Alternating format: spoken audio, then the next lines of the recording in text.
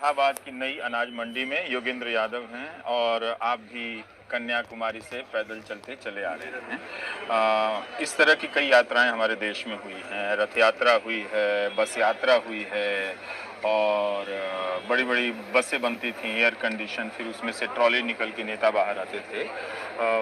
इन सब यात्राओं के तमाम अनुभवों को लेकर लोग कई तरह के आशंकित भी हैं और वो आशंकाएं जायज़ भी हैं।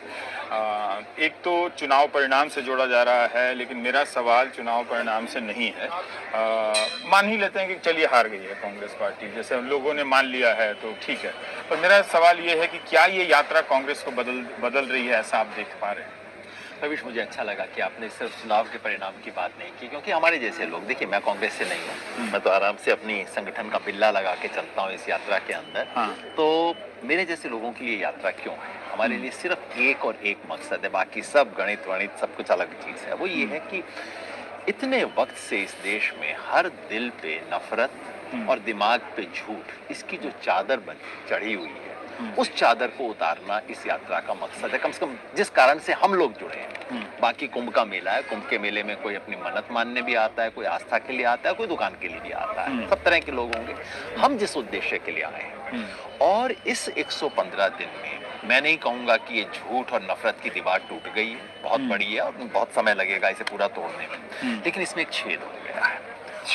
छेद हुआ है साहब, और इससे एक रोशनी की किरण आनी शुरू हुई है।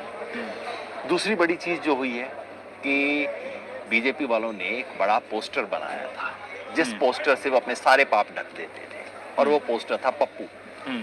वो पोस्टर फट गया है। अच्छा। वो पोस्टर फटने से क्या है कि अब जितने भी पाप ढके हुए थे वो दिखने शुरू हुए हैं। और मैं शुरू में ही आपको बोल दूं, इस यात्रा का असली काम 31 जनवरी के बाद शुरू होगा। इस यात्रा का लक्ष्य न तो दिल्ली था और ना ही इसका गंतव्य श्रीनगर है। इस यात्रा का गंतव्य होना चाहिए इस देश का हर आखिरी दरवाजा, हर दिल पे दस्तक देना, ताकि बस एक चीज मेरे लिए इस यात्रा की सफलता का एक पैमाना है, आज नहीं होगा 10 साल बाद भी हो जाए, इस देश का हर आदमी झूठ को झूठ बोलना शुरू कर दे और नफरत को ना कहना शुरू कर दे, बाकी सब होता रहेगा, सीट वोट सब योगेंद्र जी, आपने कहा कि वो पोस्टर फट गया पप्पू वाला, लेकिन उसके लिए कई बार राहुल गांधी भी इस तरह के संकेत देते थे, छुट्टियों पे चले जाते थे। उनकी ही पार्टी के जैसे ज्योतिरादित्य सिंधिया हुए, वो चले गए, हेमंत बिस्वा शर्मा चले गए, तो सबको एक पार्टी में अलग अलग कारणों से टूटकर चला गया। तो ये देखा जाना गलत भी नहीं था कि उनका पार्टी पर किसी प्रकार का प्रभाव नहीं है, नेतृत्व में उतना दम नहीं है। क्या वो नया पोस्टर कांग्रेस के भीतर बन रहा है? एक पोस्टर जो बीजेपी ने बनाया वो फट गया, ठीक बात है, लेकिन क्या कांग्रेस के भीतर राहुल गांधी को लेकर कोई नया पोस्टर बना है? तो फिलहाल मैं बहुत ही सीमित बात कर रहा हूँ। पोस्टर क्यों बना था, क्यों टिका था, मुझे नहीं पता। वो हम सब जानते हैं क्यों टिका था, और हर झूठ में कहीं ना कहीं एक राई सच जरूर होता है। और वो पोस्टर के बदले नया पोस्टर कैसे बनेगा, फिलहाल कहना बहुत जल्दबाजी है। लेकिन ये जरूर है कि वो जो पुराना पोस्टर था, उस पप्पू में 3 पक्ष थे। अय्याश है, 3 दिन चल नहीं सकता। जब मैं यात्रा के लिए चलने निकला ना, मेरे एक साथी ने कहा, योगेंद्र जी आप तो सड़क पे चलते रह जाएंगे, देखना चौथे दिन हेलीकॉप्टर पकड़ के चल देगा और आप सड़क पे रह जाओगे, आपका तो यही हाल है। तो अय्याश मानते थे। अब 115 दिन के बाद ये तो हो नहीं सकता। आपको लगता है कि वो आसान नहीं था 115 दिन चलना? कठिन थे, और मैं कठिन हम जैसे लोगों के लिए भी थे, राहुल के लिए रहे ही होंगे। और ये तो मैं ये भी जानता हूँ, पहले 8-10 दिन के बाद ही उनसे बात हो रही थी, उनको घुटने में समस्या थी, जिस पे बहुत चर्चा नहीं हुई, और अच्छा है कि चर्चा नहीं करनी चाहिए इन चीज़ों पर। कुछ एक मसल प्रॉब्लम थी, तो काफ़ी कष्ट से उन्होंने काफ़ी दिन गुजारे, और आप ध्यान से देखें तो हल्का सा लिम्प उनके चलने में आपको दिखाई देगा, वो भी था। और उसके बाद ये जो एक रिगर होती है ना, सिर्फ चलना, देखिए सिर्फ चलना नहीं है, चलते हुए आपको हर दिन कोई 100 लोगों से मिलना, उनकी बातें सुनना, फिर दोपहर को भी, जिसके लिए इस वक्त हम इंतजार कर रहे हैं, दोपहर को डेलीगेशन आता है, वो सब सुनना, और उस सब के बाद आप अपना एक कूल बना के रखें। मुझे एक चीज राहुल ने इम्प्रेस की इस यात्रा में, मैं उनको सार्वजनिक रूप से बहुत इन चीजों में जानता नहीं था, कि एक जो उन्होंने टेम्परामेंट शो किया है, मैंने इस सब में एक बार भी राहुल को परेशान होते नहीं देखा। अरे क्यों, मैं सच बात है, मैं परेशान 2-4 बार हो गया कि यार सेल्फी से मुक्त करो। आप तो होते ही होगे रोज। मैं तो अभी हो गया कि मैं चला रहा कि मुझे छोड़ दीजिए, सेल्फी से छोड़ काम कब करेंगे। मैंने राहुल को एक बार ये कहते नहीं सुना कि भैया सेल्फी नहीं, बस अब तंग हो गया, अरे यार माफ कर दो, ये कहते नहीं सुना। ये जो टेम्परामेंट है ये, और दूसरा इस यात्रा में कहते हैं, अजीब लगता है, एक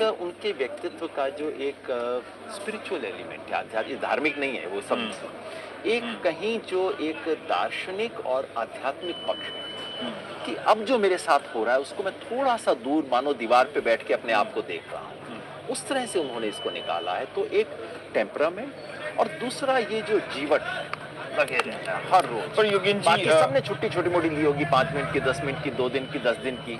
राहुल गांधी ने एक दिन, 1 घंटे, आधा घंटे की छुट्टी नहीं ली।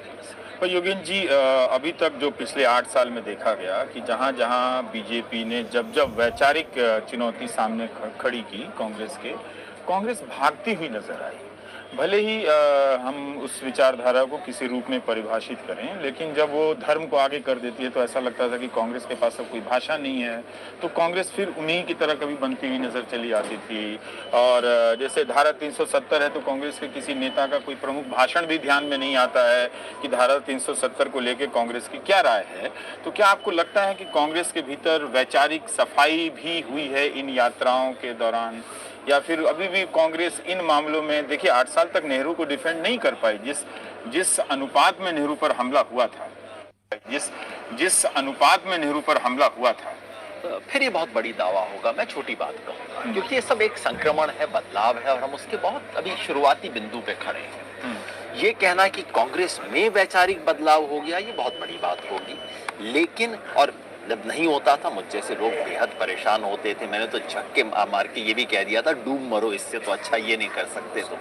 लेकिन एक बात है कि पहली बार बहुत दिनों बाद इस देश में मुख्य धारा का कोई नेता मंच से आरएसएस का नाम लेके, सावरकर की वाफियों का जिक्र करके और इस विचारधारा को खुल के मंच से चुनौती दे रहा है। मंच से अडानी अंबानी का नाम लेने की कितने विपक्षी नेताओं की हिम्मत है, मैं देखना चाहता हूं। वो हुआ है तो कहीं ना कहीं बदलाव तो हो रहा है, और ये किसी कोने में खुसर फुसर करके नहीं हो रहा, ये मंच से हो रहा है, मंच से हो रहा है। 21वीं सदी के गौरव बता देता हूं। 21वीं, सुनो, 21वीं सदी के गौरव हाफ पैंट, खाकी हाफ पैंट पहनते हैं, हाथ में लाठी लिए होते हैं और शाखा लगाते हैं। उनके साइड में, उनकी तरफ हिंदुस्तान के 2-3 सबसे अमीर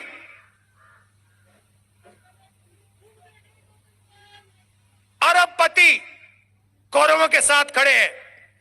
सेकुलरिज्म को और इकोनॉमिक जस्टिस, जो इस देश के 2 मूल मंत्र हैं, उन दोनों को मंच से खड़ा होके बोला जा रहा है। अब इसका अंतिम भीतर ही लड़ाई शुरू हो जाएगी, क्योंकि वहां भी माना जाता था कि लोग एक सॉफ्ट हिंदुत्व वाले लोग हैं और इस तरह वो रास्ता अपनाने वाले लोग, जिसे हम कांग्रेस कहते हैं। आप इतिहास के विद्यार्थी रहे हैं अभी, जिसे हम कांग्रेस कहते हैं वो कोई संगठन नहीं रहा है, वो एक दरी है।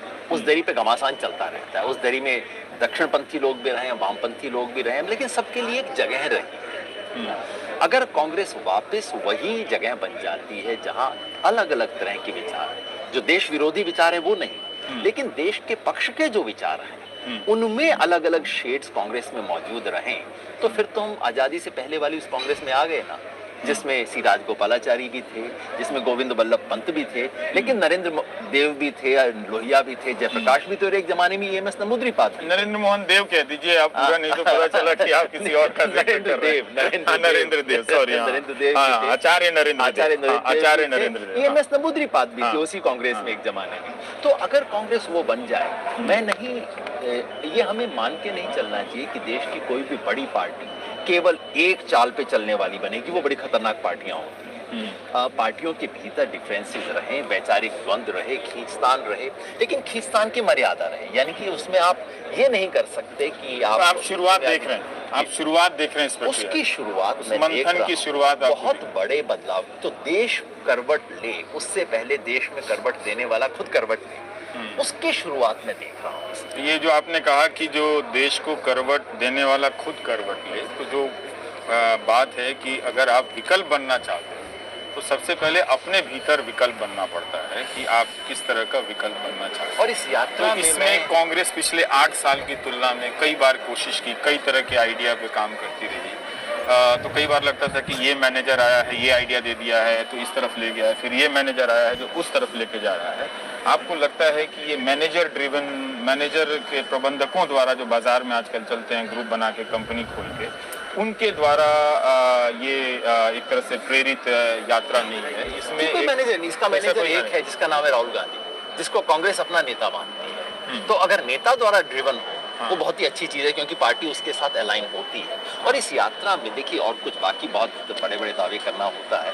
कांग्रेस के कार्यकर्ता को कार्य मिल गया है, कांग्रेस के छोटे नेता को अपने बड़े नेता में श्रद्धा पैदा हुई है, कांग्रेस के नेताओं में आत्मविश्वास आया है। ये मेरे लिए महत्वपूर्ण इसलिए है कि बीजेपी का मुकाबला करने की इस देश में आज जो सबसे बड़ा औजार उपलब्ध है, इतिहास में आप औजार अपने आप चूज नहीं कर सकते, जो उपलब्ध है वो औजार आज अपने पांव पे खड़ा होने को तैयार हो रहा है। और कांग्रेस के दायरे के बाहर दो असर हुए हैं। एक ये कि जो भाजपा विरोधी हैं लेकिन कांग्रेस के साथ नहीं है, हम जैसे लोग, उन्हें आज कांग्रेस के साथ चलने में शर्म महसूस नहीं होती। उन्हें लग रहा है कि हाँ ये काम हम कर सकते हैं जो पहले नहीं कर सकते थे। और जो बीजेपी की तरफ झुके हुए लोग थे वो पलट गए, ऐसा मैं बिल्कुल नहीं कहूँगा, लेकिन उनके मन में राहुल गांधी की छवि के प्रति परिवर्तन आया और वो नाटकीय परिवर्तन हुआ। और ये अपने आप में एक बुनियाद बनाता है। मैं फिर कहूँगा 30 जनवरी को अगर रजाई ओढ़ के सो गए तो इससे कुछ हासिल नहीं होगा।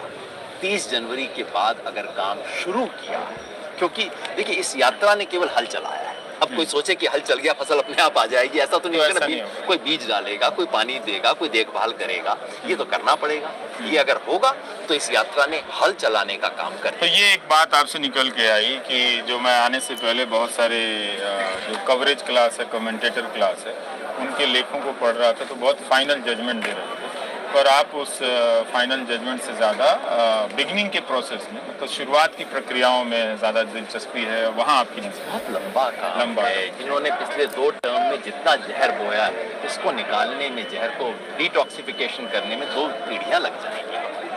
लंबा काम है, लेकिन उसकी शुरुआत है। बहुत टाइम बाद एक उम्मीद आ रही है कि हाँ लड़ा जा सकता है। और 2024 एक खुली हुई, अभी भी एक ओपन इलेक्शन।